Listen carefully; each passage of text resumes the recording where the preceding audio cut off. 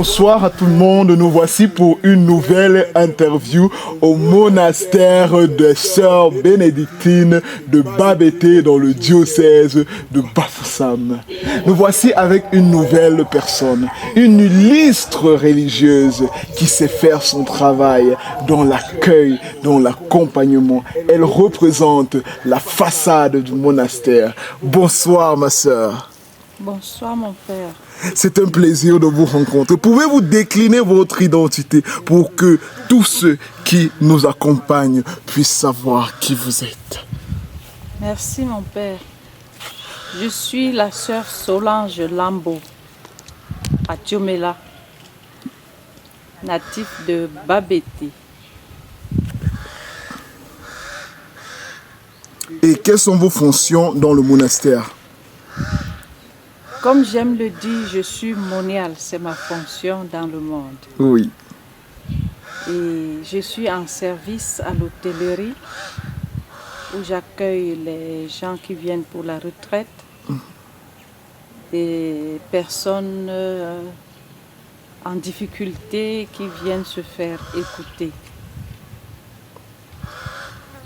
J'aide aussi les sœurs autant que je peux pour que notre office soit toujours plus beau. Et donc ma sœur, quand avez-vous ressenti cet appel de suivre le Seigneur? Parce que vous aurez pu suivre le Seigneur dans le mariage ou encore dans la vie missionnaire, dans la vie religieuse active. Mais vous avez décidé de suivre le Christ dans la vie religieuse contemplative. C'est une histoire mystérieuse. Une histoire d'amour mystérieuse. Mystérieuse, oui. Déjà, je suis née dans une famille chrétienne. Tout ce que j'ai connu dans mon enfance comme rite, c'était la messe. Parce que chaque dimanche, on ne pouvait rien programmer que d'aller à la messe. Et quelquefois, les messes du matin, papa nous accompagnait là. Et c'est à l'âge de 9 ans que j'ai dit à ma maman que j'aimerais devenir sœur. Elle m'a d'abord blâmée en me disant que les sœurs n'accouchent pas.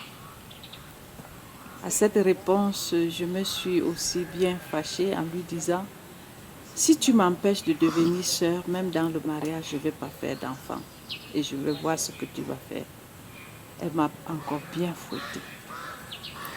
À 9 ans? À 9 ans. Et en avançant à l'école, j'ai fréquenté avec les filles de la Sainte Famille de Bafoussam à Bouddha. Mais elles ne m'ont jamais inspiré quoi que ce soit. Mais ici au monastère, j'ai rencontré des sœurs dominicaines de Bambou, quelquefois.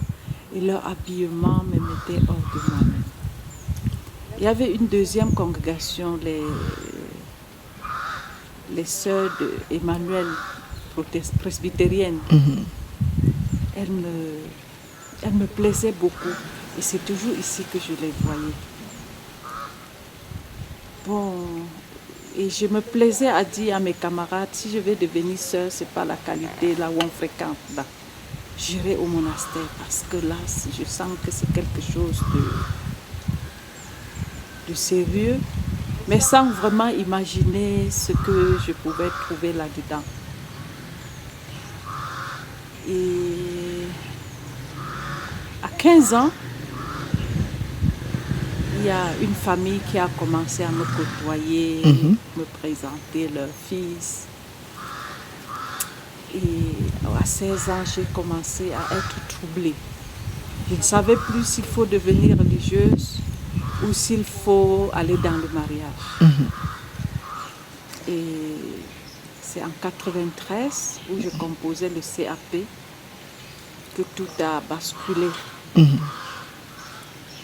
J'allais composer la pratique du CAP à Bafan. Et à Bafan, j'avais fini avant les autres. J'étais avec la sœur Suzanne qui était comme grande sœur et une cousine. quand j'ai fini un jour avant, je dis je vais rentrer. Le plan dans ma tête, c'était de passer à Bafoussam voir ce garçon et puis revenir pour le concert qu'il y avait ici, parce que j'étais choriste. Et le soir, quand on a fini, elles m'ont supplié, Sœur Suzanne et ma cousine, au point de me présenter la sardine pour me flatter. Je dis, mais vous voulez me flatter avec la sardine? Je pars avec les autres filles. On se place dans la route, un bus arrive, toutes les filles ont trouvé la place dans la voiture, sauf moi.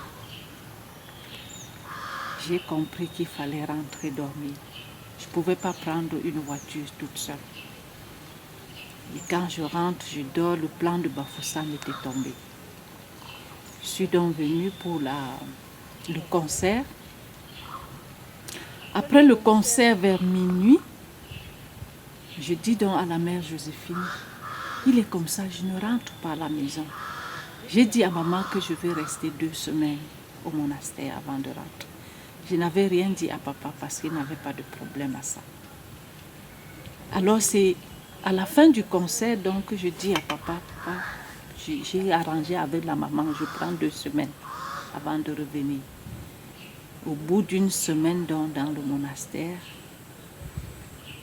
j'étais comme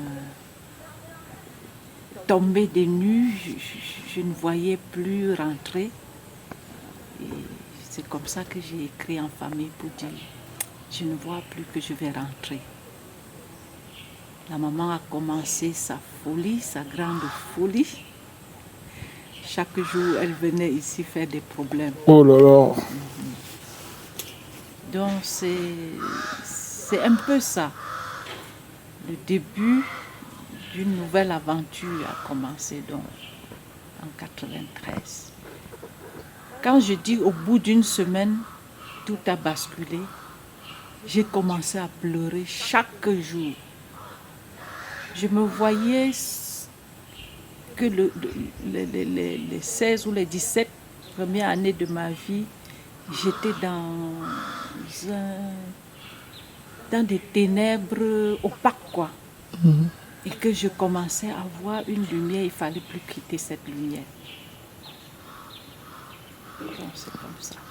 Merci ma sœur. Et donc, comment est-ce que l'esprit du monastère vous a façonné entre la personne que vous étiez et la personne que vous êtes devenue?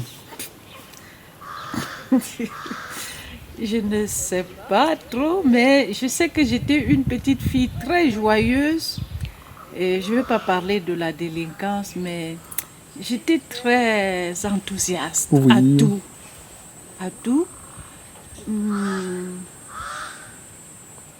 En tout cas, dans l'adolescence, je crois que j'ai passé mon adolescence dans le monastère avec nos vieilles mamans. Mm-hmm. Et j'ai appris à discerner.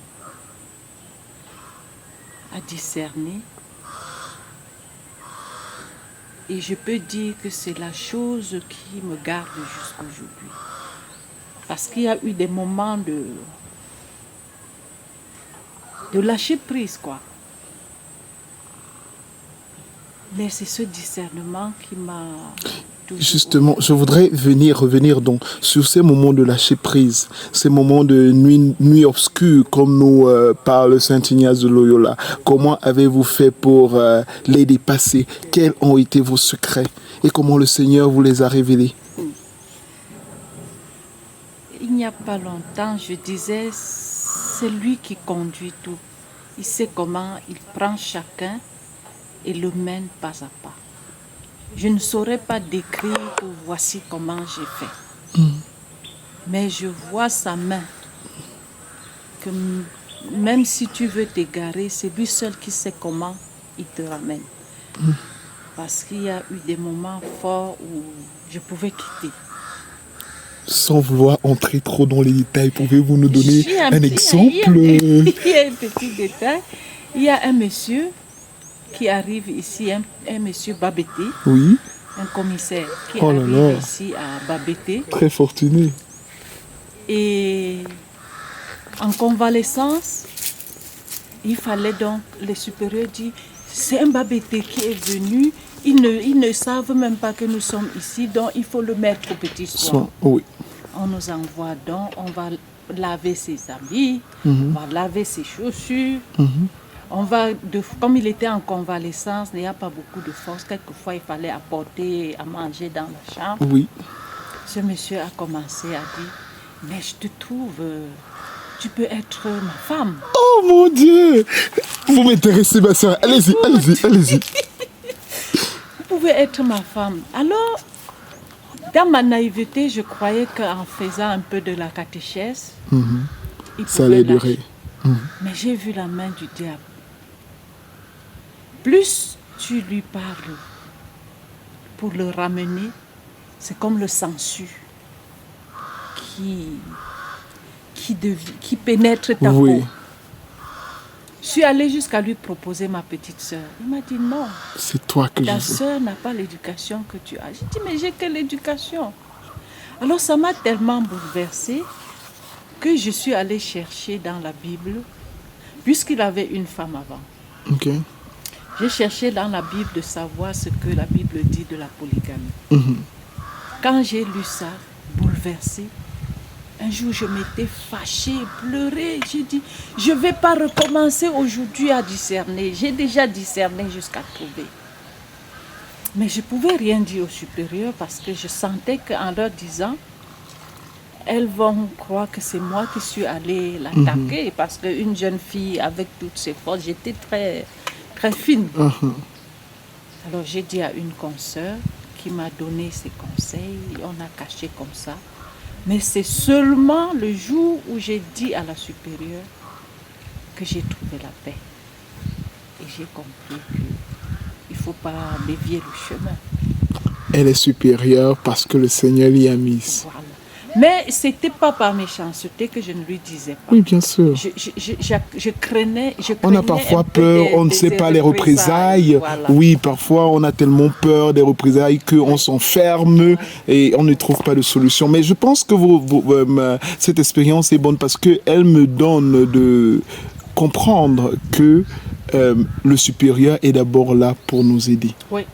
Et donc, quelle que soit la situation que nous vivions, nous devrions la partager avec le supérieur. Car malgré sa finitude, le Seigneur lui a accordé son esprit et il passera par elle pour nous accorder des solutions. Merci beaucoup pour cette expérience, ma sœur. Une autre question, ma sœur. Et donc, concernant le vœu de stabilité, comment le vivez-vous au quotidien?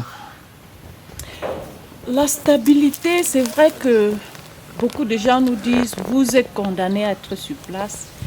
Je l'ai souvent comparé à nos parents. Nos parents sont au village, même s'ils vont quelque part, ils savent que je suis établie à un lieu.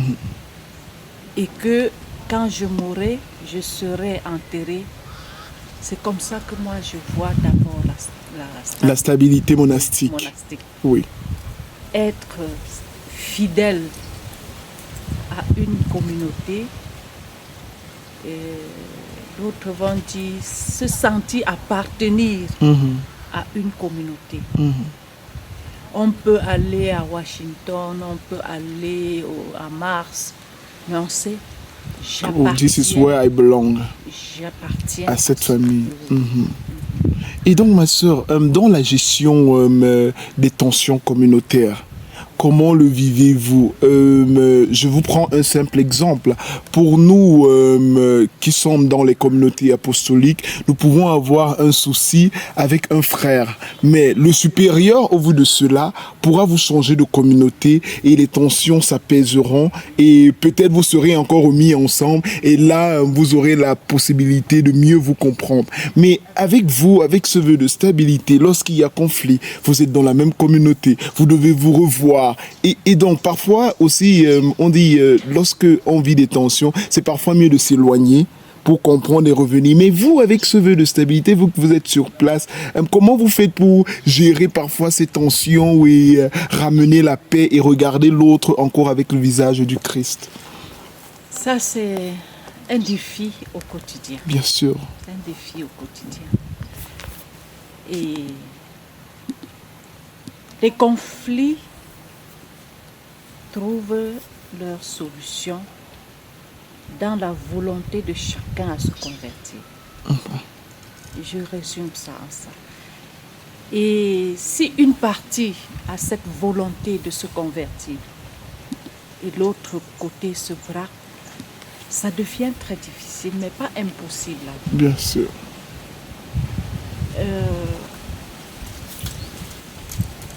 On peut aimer, je peux dire j'aime, mais je ne peux pas dire que le Père m'aime. Bien sûr. Je ne peux pas dire que Sœur Thérèse m'aime. J'ai le contrôle sur mes sentiments, mais pas sur Je l'autre. sais que moi, j'aime.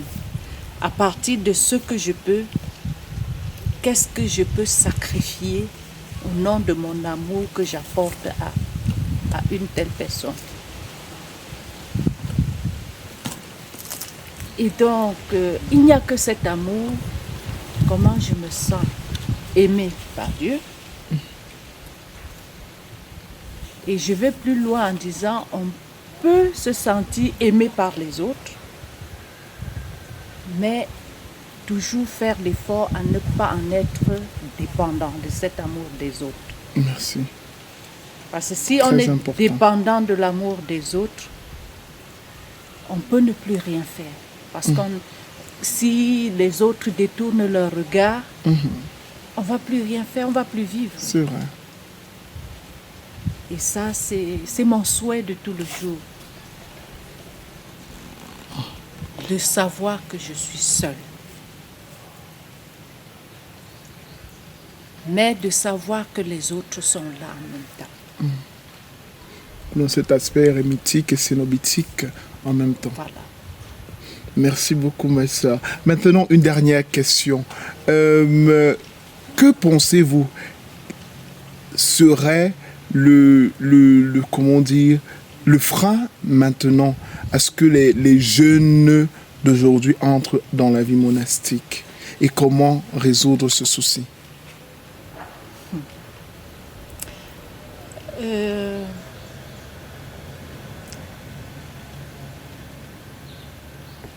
Il y a déjà le monde, la dynamique du monde Oui.